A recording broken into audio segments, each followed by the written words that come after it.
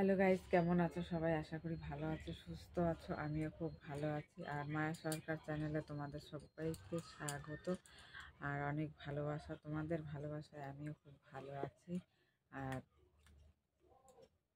তো এখন বাজে অনেকটাই রাত হয়ে গেছে, 8টা বাজে। তো 8টার সময় আমি আমার ব্লগটা স্টার্ট করলাম, কারণ হচ্ছে আজকে আমি এখন রাত্রে খিচুড়ি করব। সেটা হচ্ছে তোমাদের সাথে শেয়ার করব।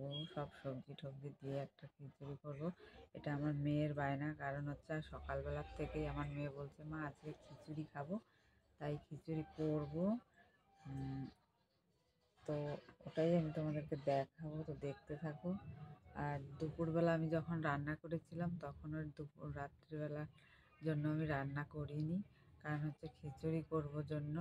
আমার মেয়ে সকাল থেকেই বলছে খিচুড়ি বানাও, খিচুড়ি বানাও, কিন্তু আমি বানাচ্ছি না, বানাইনি দিনের বেলায়। তো এখন রাত্রিবেলা একবারের জন্য আমি এখন গরম গরম খিচুড়ি রান্না করে খাবো। সেটাই তোমাদেরকেও শেয়ার করব, তোমরাও দেখতে পাবে। তো ঠিক আছে, দেখতে থাকো আমি কেমন করে খিচুড়ি বানাই শর্টকাটে একদম, সব সবজি টবজি একসাথে দিয়ে। গরম গরম ঠান্ডা মানেই তো খিচুড়ি, তাই না? ঠিক আছে, দেখতে থাকো। তো দেখো, এখানে আমি সবজি নিয়ে নিয়েছি, এগুলো আমি এখন কাটবো, কেটে তারপরে ধুয়ে নেব, ধুয়ে তারপরে ভাজবো আলাদা আলাদা করে, তারপরে একসাথে খিচুড়ি রান্না করব। তো তখন তো বললামই আমি। তো ঠিক আছে, চলো সবজিগুলো কেটে নিয়ে তারপরে আসছি।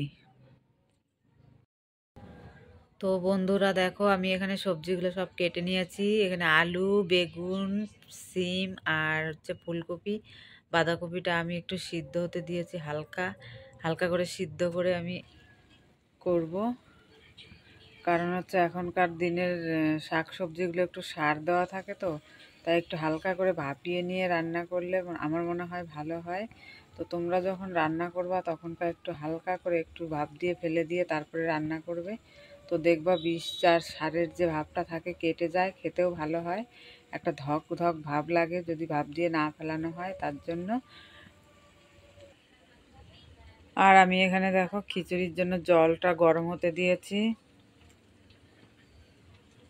গরম হচ্ছে। আর এদিকে এই বাঁধাকপিটা নামিয়ে আমি তারপরে ওই যে করবো কি বলে, সবজিগুলো ওই কড়াইতে একবারে ভেজে নেব। তো ঠিক আছে, তোমরা দেখতে থাকো।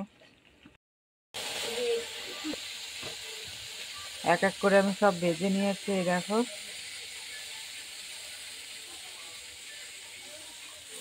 সব কিছু আর আলুটা ভাজা হচ্ছে।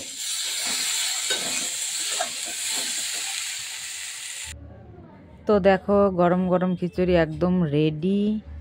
তো বেড়ে নিয়েছি সবারই জন্য, এটা আমি খাবো।